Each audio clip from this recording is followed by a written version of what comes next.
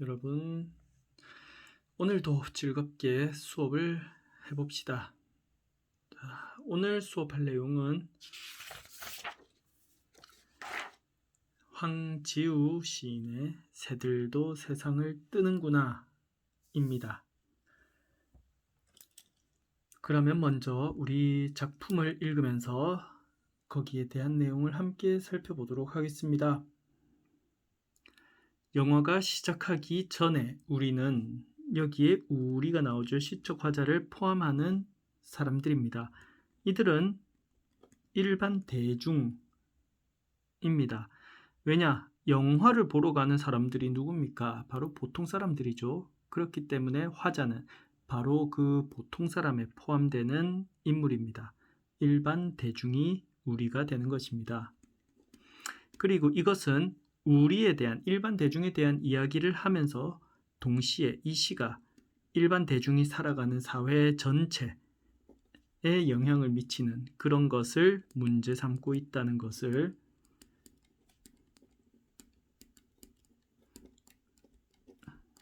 보여주는 것이라고 하겠습니다.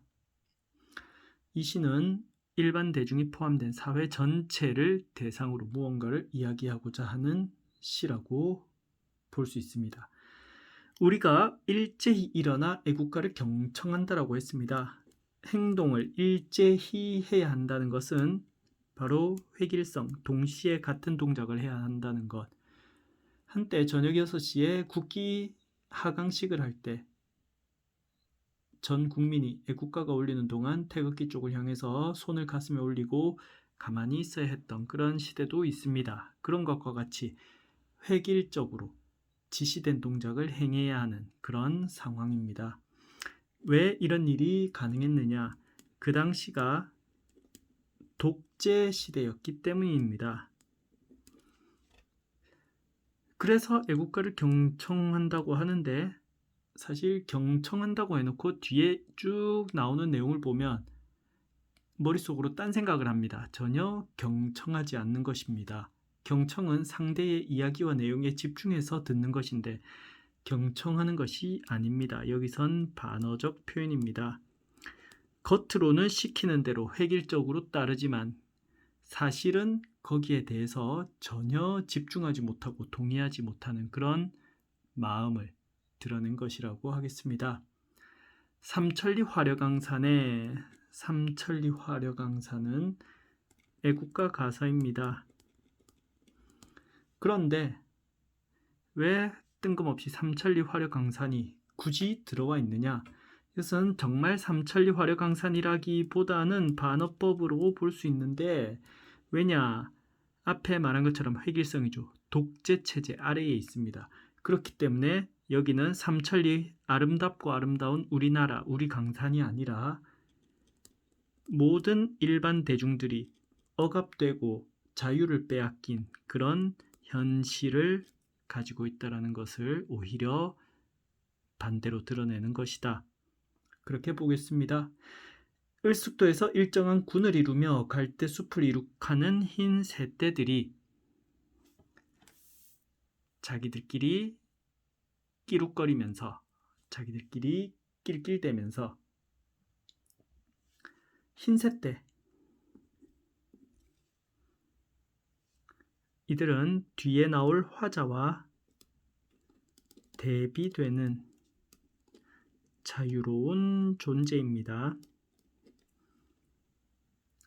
끼룩거리고 낄낄댄다.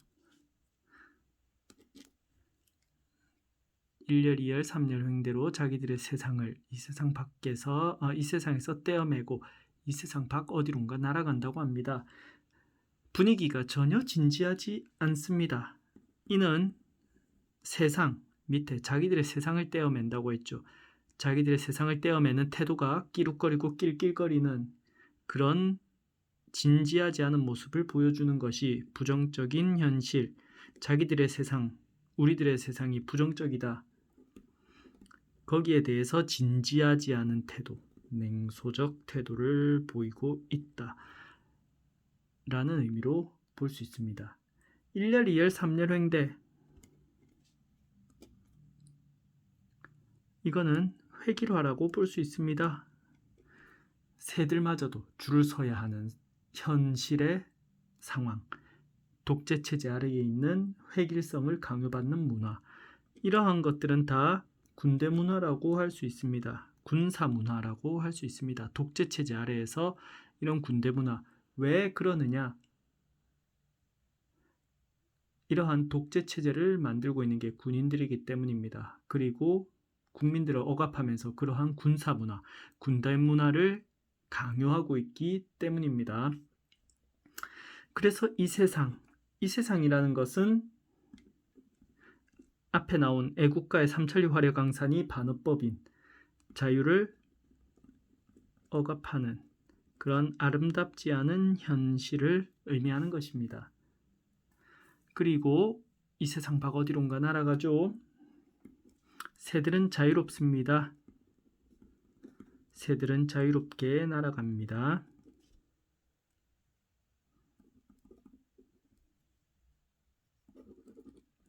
자유로운 비상이라고 써야겠네요. 다음 우리로 넘어왔습니다. 아까 말한 새들과 대비되는 존재입니다. 일반 대중을 의미합니다. 이들도 역시 낄낄대고 깔쭉댄다. 앞서 봤던 이 태도와 같습니다. 부정적 현실에 대한 냉소적인 태도가 똑같이 여기에서도 드러나는 것이라고 하겠습니다.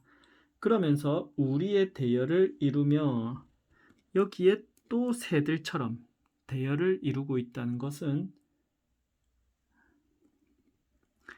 똑같이 획일화된 현실을 보여주는 것입니다.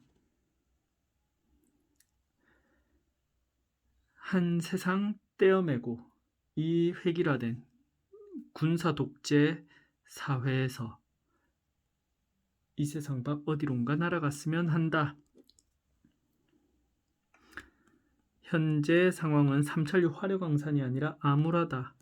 그래서 그러한 현실을 벗어나고 싶다. 라는 마음을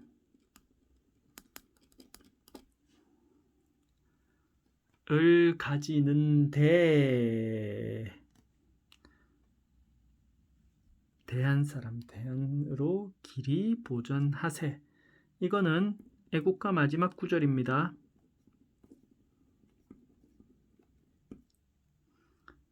대한 사람은 한국을 길이 보전해야 한다. 한국을 위해서 개인은 헌신해야 한다.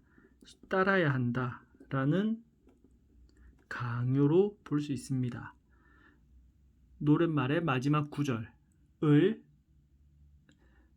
억압된 독재 체제에 순응해야 한다라는 그러한 인식으로 제시를 하면서 이를 통해서 시상이 전환되는 순간이 되는 겁니다. 이런 애국가의 마지막 구절을 경계로 해서 정신 차리고 어떻게 하느냐? 각각 자리에 앉게 되는 겁니다. 자리에 앉는다, 주저앉는다, 앉는다 다음에 주저앉는다 라고 하면서 더욱더 그 표현을 강화하면서 반복하고 있습니다. 이를 통해 현실에 대한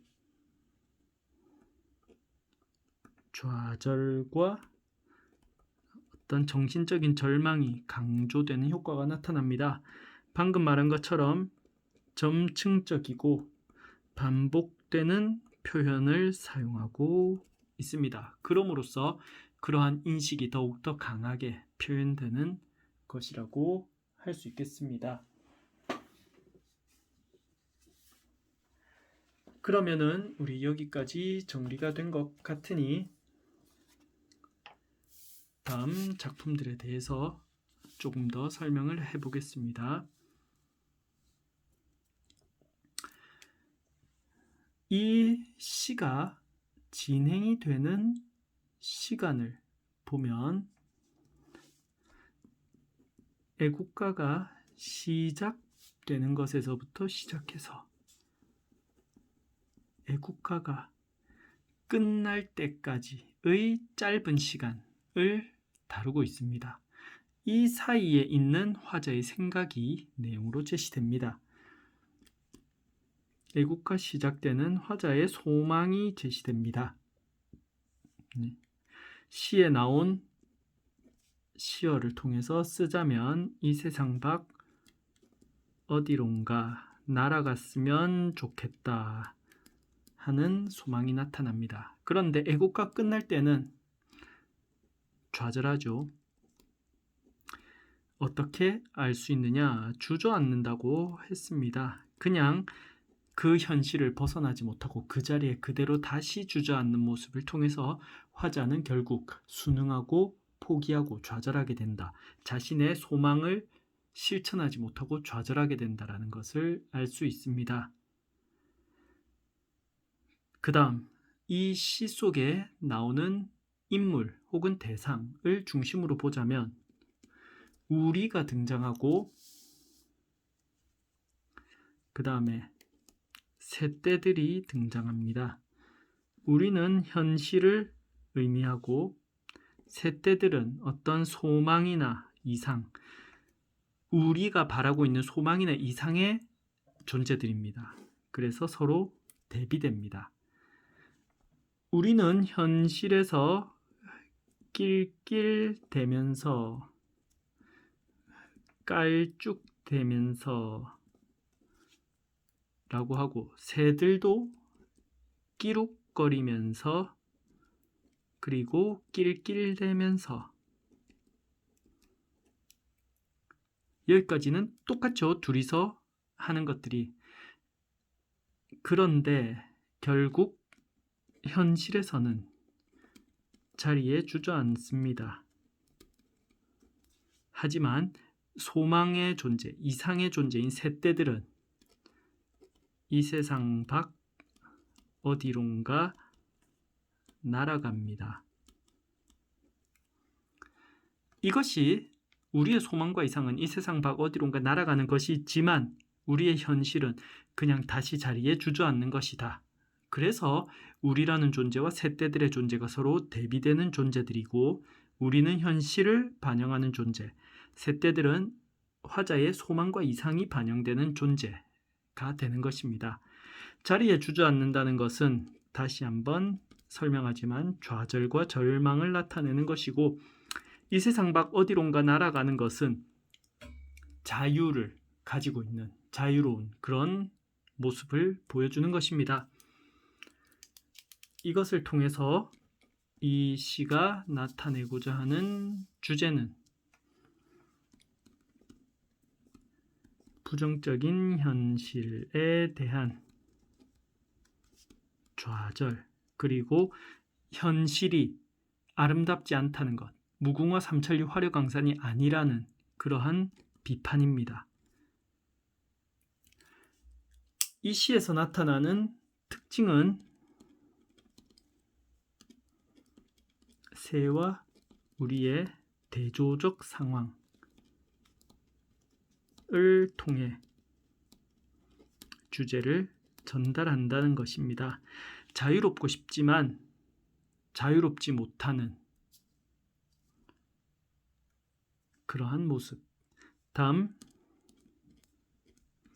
반어적 표현으로 현실을 풍자하고 있다는 것. 시 작품의 중간에 삼천리 화려강산이라는 것 또는 애국가를 경청한다는 것, 이런 것들이 나타나고 있죠. 이 시가 배경으로 하고 있는 것은 1980년대